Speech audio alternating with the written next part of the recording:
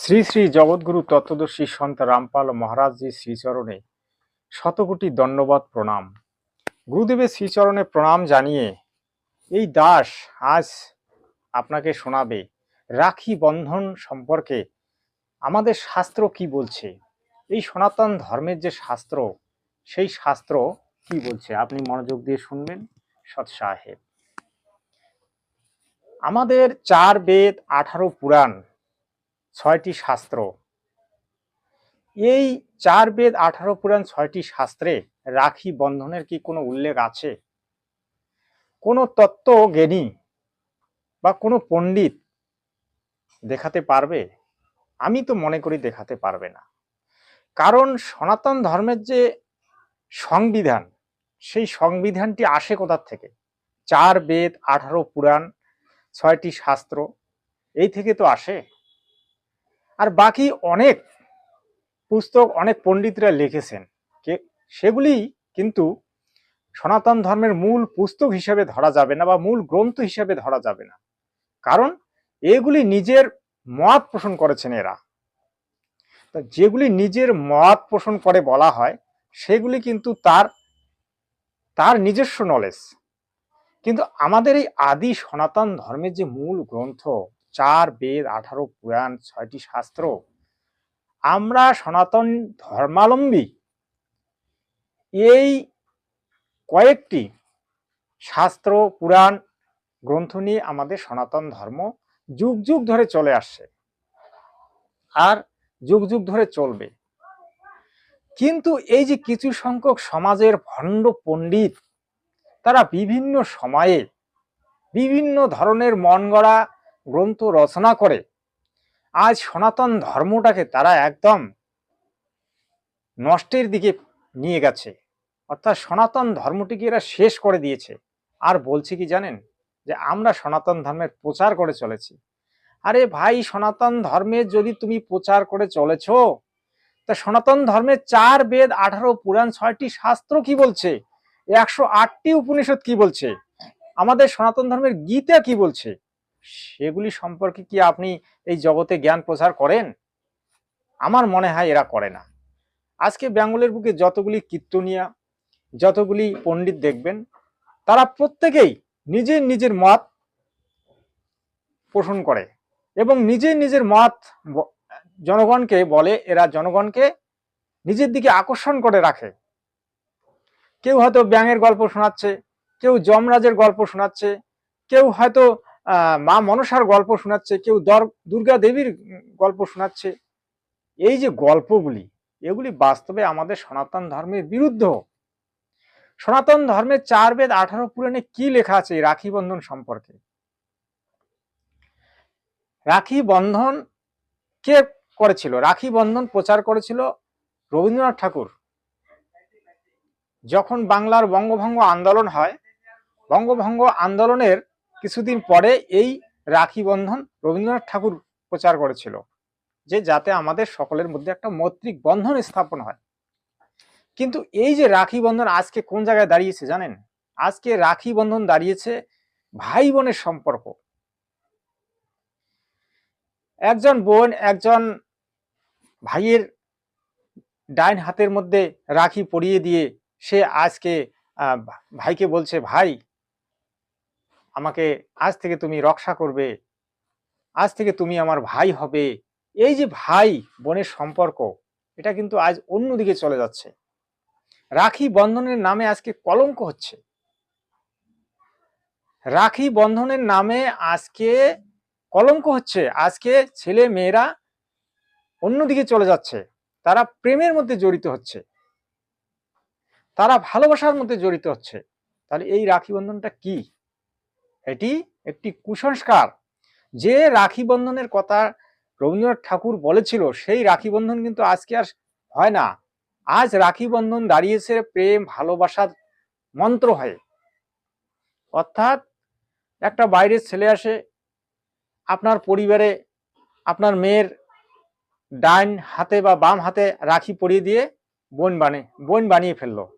আর কিছুদিনের মধ্যে কিন্তু ওদের প্রেম ভালোবাসা চালু হয়ে গেল, কারণ তাদের রাস্তাটা সাফ হয়ে গেল।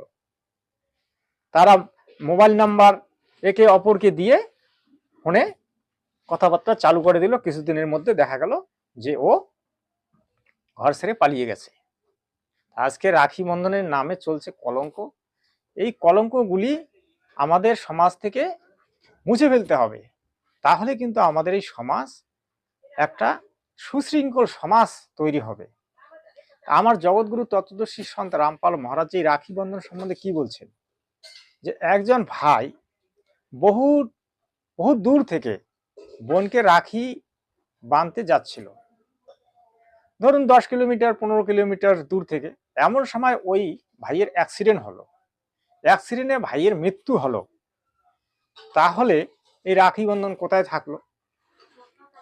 বা রাখি বন্ধনের দিনে একজন বোন তার ভাইয়ের বাড়িতে রাখি বন্ধন করতে, অর্থাৎ রাখি বন্ধনের যে উৎসব বা রাখি বন্ধনের যে তোমার রাখি পরার যে নিয়ম পালন করতে সে তার ভাইয়ের বাড়িতে যাবে, কিন্তু এমন সময় দেখা গেল বাইকে তার অ্যাক্সিডেন্ট হয়ে গেল, সে অ্যাক্সিডেন্টে মারা গেল অথবা গুরুতর আহত হয়ে হসপিটালে চলে গেল।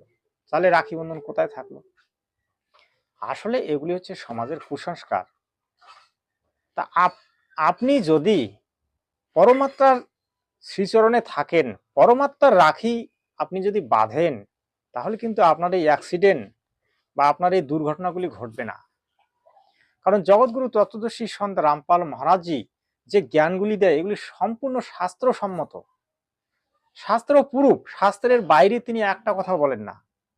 তিনি আজ যে এই জগতে যে মানব ধর্মের প্রচার করে চলেছেন, এটি সনাতন ধর্ম, এটি হচ্ছে আদি সনাতন ধর্ম। আসলে আমাদের সনাতন ধর্মটা হচ্ছে মানব ধর্ম। যারা এটা বুঝতে পারতেছে না তারা বলতেছে কি এটা অন্য ধর্ম, কিন্তু না, সনাতনের এই অপনাম হচ্ছে মানব ধর্ম। সনাতন শব্দটাকে আগে বুঝতে হবে, সনাতন শব্দটার অর্থটা কি। যারা এই শব্দটাকে বুঝতে পারবে তারা কিন্তু মানব ধর্মের বিরোধিতা করবে না, আর তারা এই মানব ধর্মে আসবেন। কারণ সকলেই যুগে যুগে বা যুগ যুগ ধরে ভগবানকে পাওয়ার জন্য অনেক সাধনা তপস্যা করে চলেছে, আজও মানুষ চলেছে, কিন্তু ভগবানকে তারা পাচ্ছেন না। কারণ আমরা শাস্ত্র বিরুদ্ধ সাধনা করি, যার কারণে আমরা ভগবানকে পাই না। জগৎগুরু তত্ত্বদর্শী সন রামপাল মহারাজজি আজ আমাদের সনাতন ধর্মের গ্রন্থগুলি খুলে খুলে দেখিয়েছেন যে আমাদের সত্য সাধনা কি, আমাদের ভক্তি কি, আমাদের জ্ঞান কি, আমাদের পরমাত্মা কে, আমরা কার ভক্তি করব। একটা কথায় আছে সবার মালিক একজন। তাহলে সবার মালিক একজন যদি হয়, তাহলে আমরা এতগুলি 33 কোটি দেবতার ভজনা কেন করব? আমরা সেই মালিকের যদি স্মরণে আসি, তাহলে আমাদের আর অন্য দেবদেবীর পূজা পাঠ করার কোনো প্রয়োজন নেই, কিন্তু তাদেরকে শ্রদ্ধা সম্মান আমাদের করতে হবে। কারণ পরিবারের মধ্যে যতগুলি লোক থাকবে তাদের প্রত্যেকেই প্রতি শ্রদ্ধা ভালোবাসা প্রেম থাকা উচিত। সেই রকম দেবতাদের প্রতি আমাদের শ্রদ্ধা থাকবে, কিন্তু দেবতাদের পূজা নয়, দেবতাদের সাধন করতে হয়। যেমন ব্রহ্মা বিষ্ণু মহেশ গণেশ দুর্গা, এদের সাধন করতে হয়, এদের পূজা করার কোনো বিধান নেই। আমাদের সনাতন ধর্মের বেদেই লেখা আছে। শ্রীমৎ দেবী ভাগবত পুরাণে দেখুন স্পষ্ট লেখা আছে, শিব মহাপুরাণে দেখুন স্পষ্ট লেখা আছে। তাহলে আজকে ধর্মের নামে যে এইগুলি যারা করাচ্ছে তারা আসলে কি জানেন? তারা আসলে নিজের পুঁজি সঞ্চয় করার জন্য তারা একটা দোকান খুলে দিয়েছে, যাতে তাদের কাছে কাস্টমার আসে আর তার মালপত্র বিক্রি হয়। যাই হোক, ভিডিওটি লম্বা করব না। রাখি বন্ধন যে করবেন, রাখি যে পালন করবেন, এটি ভেবে চিন্তে করবেন। কারণ রাখি বন্ধনে আসলে এটি কোনো শাস্ত্রসম্মত নয়, এটি রবীন্দ্রনাথ ঠাকুর একটা মৈত্রিক বন্ধনের জন্য করেছিল। আজকে সেটা এমন জায়গায় দাঁড়িয়েছে যে সেটা আজকে কলঙ্কিত, কুসংস্কার, একদম মানে কি বলবো, এটাকে বলার ভাষা নেই। যাই হোক, আমার জগৎগুরু স্মরণে আসুন এবং জগৎগুরু তত্ত্বদর্শী সন্ত রামপাল মহারাজের প্রবচনগুলি শুনুন, তাহলে আপনারা সত্য জানতে পারবেন। আর এই রাখি এটি কোনো ব্রত বা কোনো তিথি নয়, এটি আসলে একটা মৈত্রিক বন্ধন। আপনারা এই মৈত্রিক বন্ধনকে আপনারা পূজা পাঠ অনুষ্ঠানের মধ্যে নিয়ে যাবেন না।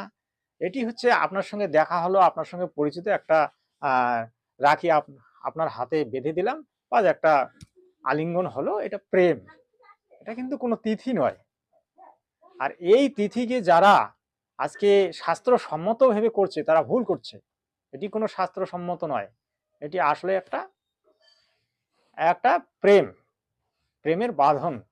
যাই হোক, ভিডিওটি আর লম্বা করছি না। সৎ সাহেব, ভিডিওটি কেমন লাগলো কমেন্টসে লিখে জানাবেন। সৎ সাহেব।